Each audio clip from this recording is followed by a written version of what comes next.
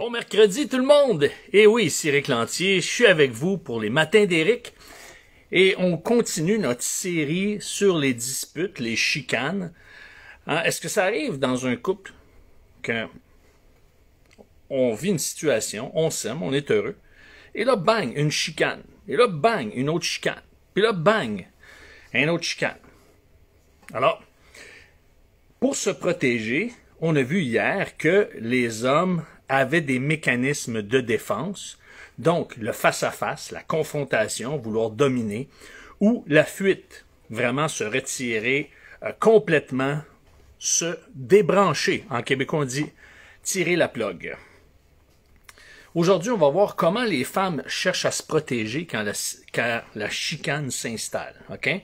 Quand la chicane s'installe, les femmes aussi ont un mécanisme de défense ou des mécanismes de défense. Allô Nathalie, merci d'être là. Donc, on va voir la feinte et le forfait. Alors, ça a l'air des mots impressionnants. La feinte, hein? En escrime, on fait des feintes. Forfait, donc, ça veut dire on passe à autre chose. On sort de la chicane, mais on va voir que ça a des implications assez importantes. Concernant la feinte, ça, qu'est-ce qui se passe? La feinte, ça veut dire, si on veut se déguiser, mettre un déguisement, en d'autres mots, faire semblant. Je fais semblant que tout va bien, mais dans le fond de moi, ça va pas bien. Il y a quelque chose qui se passe, mais j'ai pas le choix, je vais jouer le jeu. Alors, ça, la feinte, c'est quand une femme refoule ses sentiments, il y a une chicane, il y a une dispute, à un moment donné, il y a une saturation de dire « OK, ça suffit. Parfait, je capitule. » Là, elle va mettre un sourire « OK, ça va. Tu peux y aller. OK, tu peux le faire. OK, tu peux aller acheter ça. C'est correct, c'est correct, c'est correct. » Alors, évidemment, c'est pour éviter d'être blessée qu'une femme va réagir comme ça.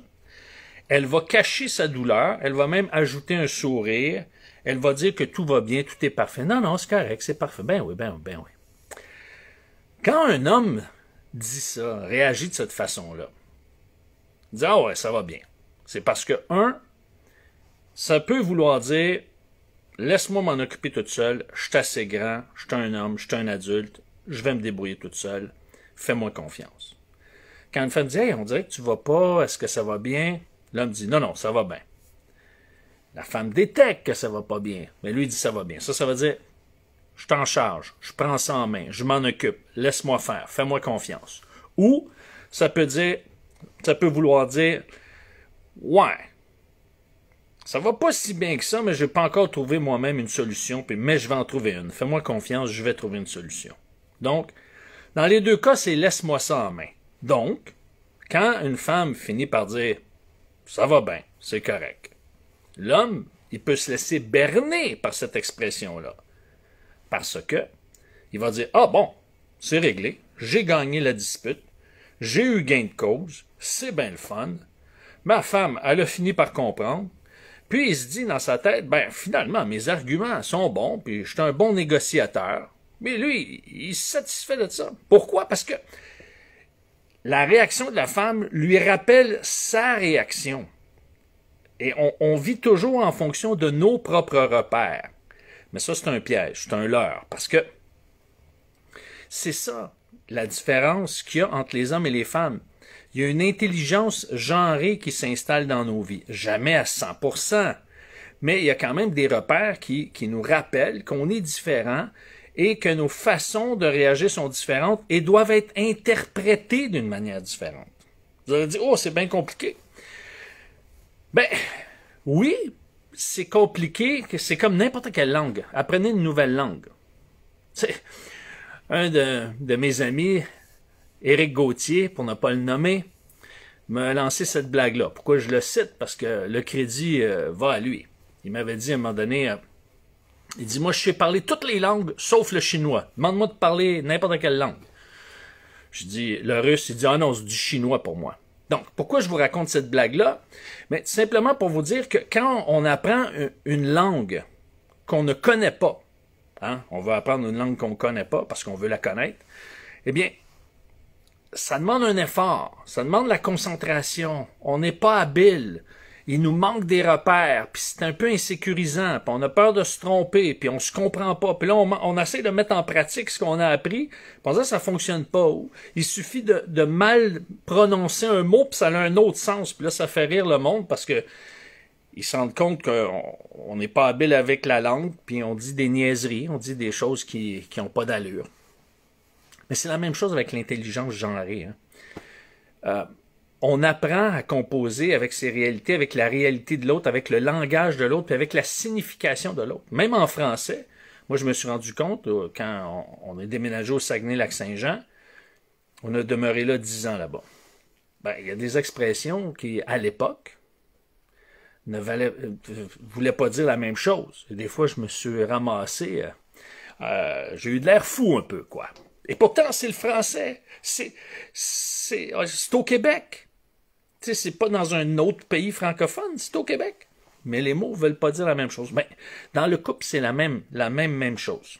Alors, si elle utilise la feinte, elle fait semblant que tout va bien, elle dit non, c'est correct. Donc, normalement, quand vous avez eu une dispute, puis à la fin, elle dit OK, c'est correct. Mais il n'y a pas eu de connexion, il n'y a pas eu vraiment une étape cœur à cœur, il n'y a pas eu probablement une accolade, quelque chose sincère, puis on le voit dans les yeux, il s'est passé quelque chose, puis il y a comme une guérison qui est en train de s'installer. S'il n'y a pas eu ça, puis une femme dit c'est correct, méfiez-vous, messieurs, méfiez-vous. C'est un conseil d'ami que je vous donne. Alors, pourquoi elle utilise la feinte? Ben, pour acheter la paix, pour arrêter de souffrir. Allô? Allô, Lucie. Alors, mais ce qui arrive, c'est quand elle achète la paix pour arrêter de souffrir, puis là, elle cache ses sentiments, elle étouffe ses sentiments, ben, il y a ce qu'on appelle du ressentiment qui se développe, de l'amertume, et émotionnellement, elle s'éteint. Elle va exprimer de moins en moins ses émotions, ses sentiments, et donc, il y a bien des hommes qui vont aimer ça, dire « Ah, ma femme est plus calme, elle critique moins, j'aime ça. » Mais à un moment donné, vous n'aimerez plus ça. Savez-vous pourquoi? Parce que quand une femme, justement, éteint ses sentiments, lorsqu'elle n'a pas d'espace pour exprimer ses sentiments, ça a un effet à plusieurs égards. Elle va devenir de moins en moins chaleureuse, sa libido va diminuer, et donc, vous allez profiter beaucoup moins d'une belle réalité d'intimité physique. Ça, c'est garanti. Donc, vous pouvez dire, ouais, mais il n'y a pas juste ça dans la vie. Non, je comprends. Mais pour les hommes, c'est important. C'est une façon de connecter avec les femmes. Ben, c'est important aussi pour les femmes. Mais je dis ça aux hommes pour les éveiller, pour dire, hey, un instant, vous allez gagner dans votre perception, à quelque part. Mais vous allez perdre, pas seulement au lit, vous allez perdre en connexion émotionnelle, en relation, en chaleur. Puis, chaque fois qu'on a une saine connexion émotionnelle, une connexion émotionnelle enrichissante, eh bien, il n'y a pas juste les femmes qui en profitent. Nous autres aussi, les hommes, on en profite. Puis c'est pour ça qu'on a besoin de ce complément féminin pour grandir en connexion émotionnelle. C'est une des contributions majeures dans le couple, d'amener un homme à développer son intelligence émotionnelle. Ça, c'est important. Alors, la feinte, quand une femme, justement, refoule ses sentiments et va placer un sourire contrefait. C'est ça, la feinte. Le forfait, c'est, au lieu de s'éloigner, au lieu de s'éteindre passivement, elle va s'éteindre d'une autre façon. Elle va s'éteindre en donnant plus, en s'oubliant elle-même, puis en donnant plus à son mari. Au lieu de dire « Ah, c'est correct », elle va se mettre à en donner plus. Ça va faire ses repas préférés. À chaque fois qu'il va demander quelque chose, elle va dire oui. Elle va le laisser aller à chaque fois sans discuter. Son mari va lui demander hey, « Peux-tu faire ça pour moi? » Elle va accepter. Puis elle va se donner encore plus pour dire « Ben moi, si je me donne plus, à un moment donné, je vais finir par recevoir plus. » Évidemment, si votre mari se laisse instruire par l'intelligence genrée, c'est possible, parce qu'il comprend qu'une femme est munie, dotée du principe de réciprocité, mais nous, c'est pas inné, la réciprocité. Nous, quand on reçoit quelque chose de bon, au mieux, on manifeste de l'appréciation. OK? Alors, mais ça se développe, la réciprocité. Ça se développe et c'est pas parce qu'on a un homme qu'on ne doit pas développer ce principe-là de réciprocité. Mais je vous dis juste que c'est pas naturel, c'est pas inné. Certains hommes l'ont développé plus que d'autres, c'est clair, mais c'est pas la majorité. Alors, le forfait, c'est que la femme va accepter les reproches de son conjoint, va sacrifier pour lui, mais ne sera pas heureuse. Et après un certain temps, elle va déprimer. Puis elle ne saura pas pourquoi. À un moment donné, elle va dire, je sais pas pourquoi, je file pas bien, je me lève le matin, j'ai plus la joie que j'avais avant, je m'en vais au travail, je suis maussade, etc. Et donc, elle se donne sans recevoir de satisfaction et elle a perdu de vue que ça vient de là. Ou du moins, elle ne fait pas la connexion. C'est souvent caractéristique d'une femme qui s'oublie parce qu'elle ne veut plus vivre ce sentiment de rejet. Mais ça rend pas, à la longue, ça rend pas seulement l'épouse ou la conjointe malheureuse, ça rend le mari malheureux. Parce que souvenez-vous, ce qu'un homme recherche d'abord et avant tout, c'est pas la sexualité. C'est de rendre sa femme heureuse et de la voir heureuse. De voir son sourire pétillant, de voir ses yeux pétillants, son sourire éclatant, de voir sa joie de vivre, de l'entendre chanter le matin en se levant, de voir que, wow, je contribue à son bonheur. Ça, c'est numéro 1. Ça, c'est vraiment numéro 1. Donc, une femme qui va justement se donner, se sacrifier, va opter pour le forfait. Eh bien, quand je dis opter, souvent c'est inconsciemment ou c'est naturellement, mais va être en position de forfait. Eh bien, va devenir malheureuse et donc elle va rendre son mari malheureux. Pourquoi? Parce que un homme veut rendre son épouse, sa conjointe, heureuse. Alors, faut pas oublier, c'est que quand une femme dit c'est correct, puis ne veut plus en parler, ça veut dire quoi? Elle se referme. OK, c'est correct, ouais, on n'en parle plus. Ça veut dire qu'elle s'est refermée. Et c'est très mauvais signe, ça. Une femme qui se referme, c'est pas à l'avantage du conjoint. Il va perdre. On perd, nous, les hommes, dans ce temps-là. Donc, mais quand une femme donne sans compter, puis finit par ne plus être souriante, ben là, elle se vide, elle n'est pas comblée, puis le mari, il perd à tout coup à ce moment-là. Alors, comment ne pas tomber, mesdames, dans ce piège, soit de la feinte, de faire semblant, ou le forfait, de s'abandonner pour l'autre. Donc, d'abandonner la dispute et de s'abandonner pour l'autre. Alors, c'est de prendre l'habitude, pour des petites choses, d'exprimer sous forme de souhait, sous forme de désir, qu'est-ce qui vous rendrait heureuse. Ah, ça me rendrait tellement heureuse, là, si tu me servirais un café, chérie, s'il te plaît. Juste commencer par ça. Ah, ça me rendrait tellement heureuse, là, si tu irais me chercher un café à crème vanille. Ouais, ça me rendrait heureuse. Des petites choses comme ça. Ah, j'aimerais ça, ça me ferait du bien. Ah, j'aimerais ça, ça me ferait tellement plaisir, là. Tu serais tellement mon héros si tu faisais ça pour moi. Commencez par des petites choses. Puis après, manifester de l'appréciation, remercier. Puis pas juste dire hey, merci beaucoup. Le regarder dans les yeux là, avec un beau sourire, votre plus beau sourire, votre sourire le plus hot. Et là, dire hey, ça me fait tellement du bien, merci. Vous allez, au début, la réciprocité ne sera pas présente. Je vous le dis d'avance. Au début, vous allez perdre. C'est comme un investissement là où est-ce que tu perds. Tu investis de l'argent en bourse, puis là, ça monte pas. Mais là, à un moment donné, là, ça finit par monter. Comme le disait mon coach Rich Bernstein, ce qu'il me disait, il dit, tu sais, là, quand on investit dans quelque chose, que ce soit un travail, un projet, quoi que ce soit dans lequel on investit, c'est comme une pompe à eau. Tu pompes l'eau, mais à partir du moment que tu pompes, OK, la manivelle. L'eau, elle sort pas. Donc, il y a une genre de succion qui se fait. Puis si tu arrêtes de pomper, l'eau, elle sera pas rendue où est-ce qu'elle était. Elle va reculer, puis elle va se rendre jusqu'à son chemin d'origine. Donc, si tu as pompé puis que l'eau est à mi-chemin du tuyau, ben, elle ne restera pas à mi-chemin. Elle va retourner au point zéro. Alors, c'est de persévérer puis d'aller dans ce sens-là. Vous allez en voir des dividendes.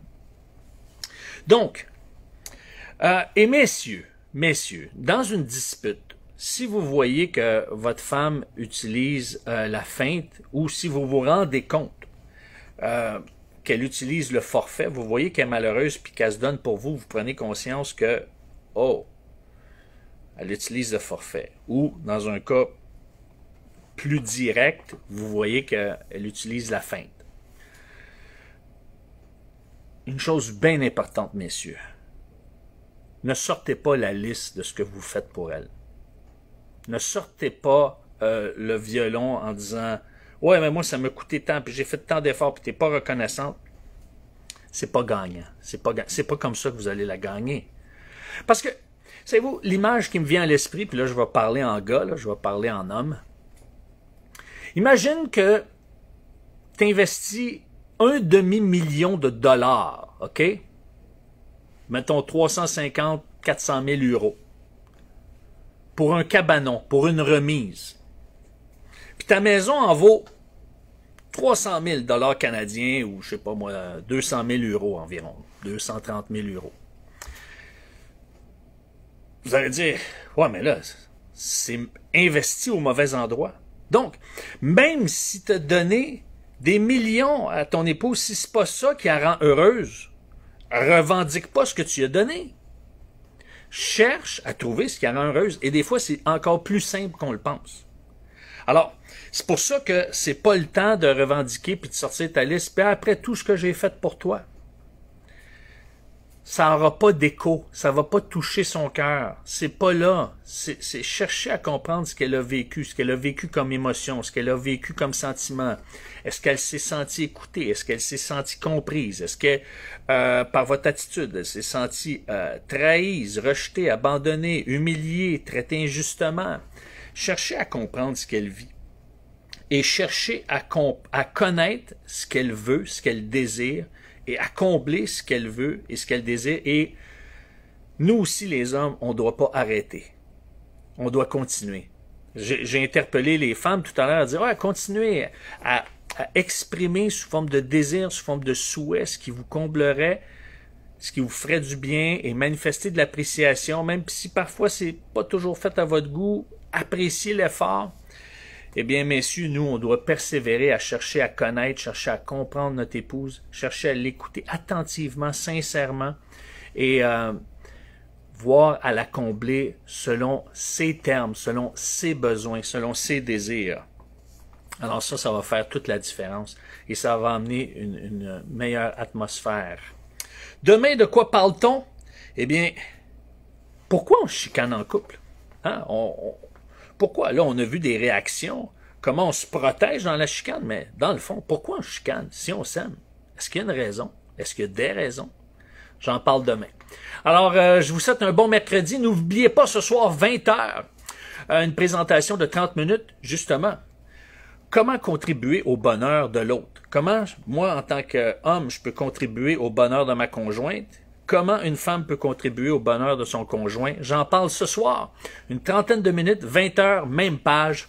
Et ça va être en direct de Facebook. Sur ce, bon mercredi et ciao!